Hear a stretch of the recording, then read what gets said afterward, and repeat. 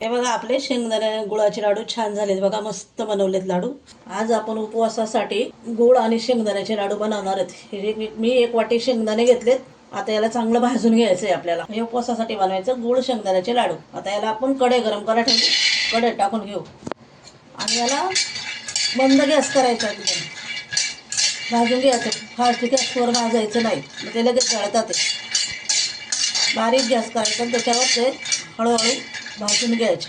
चांगले भाजले गेले पाहिजे. हे बघा शेंगदाणे आपले असे चांगले भाजलेले आहेत बघा, असे चांगले भाजून घ्यायचे. पटकन अशी साल निघाली पाहिजे. असं हळूहळू कमी गॅस करून भाजायचे. फास्ट गॅसवर पटकन भाजले जातात, खरपूस भाजले जात नाही, म्हणून असे भाजले ते बघा. आपण छान भाजून घेतले. आता याची आपण साल काढून घ्यायची.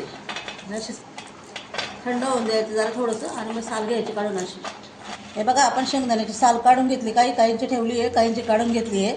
असं करून घ्यायचं आणि नंतर आता याला मिक्सरच्या भांड्यामध्ये टाकून पूर्ण बारीक नाही दळायचं, अर्धा अर्धा असं दळायचं, म्हणजे आपले लाडू छान दिसतात.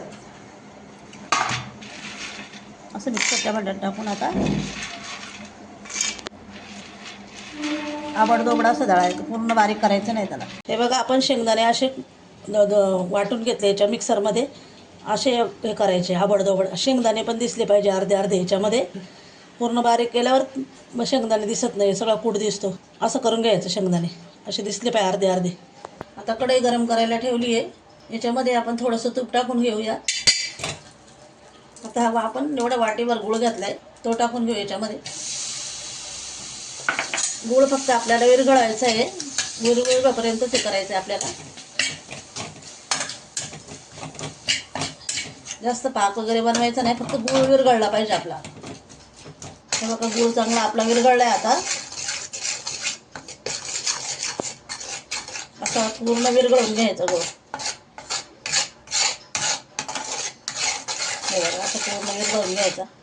त्याच्यामध्ये खडे नाही राहिले पाहिजे असे गुळाचे. आता याच्यामध्ये आपण तो जाडा वाटलेला शेंगदाण्याचा कूट टाकून घेऊ.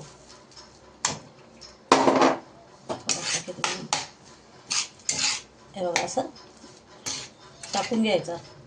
पूर्ण याला एकदम मिक्स करून घ्यायचं असं. हे बघा आपलं छान मिश्रण तयार झालं. हे बघा हे असं छान झालं पाहिजे लाडूला. असे शेंगदाणे दिसले का छान वाटतं, अजून मस्त दिसतात लाडू आपले. आणि खायला पण टेस्टी असतात खूप. असे हे बघा असं बनलं पाहिजे. आता त्याला थोडा तुपाचा हात घ्यायचा आणि लाडू वळून घ्यायचे.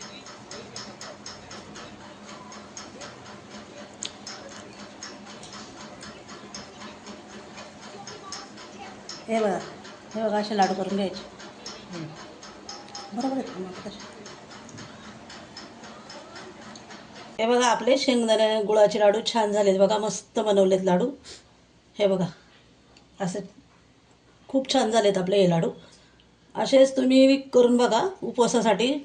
मुलांना खायला वगैरे छान लागतात. हे चांगले पौष्टिक असतात. आणि रेसिपी आवडली असल्यास लाईक शेअर सबस्क्राईब करायला विसरू नका.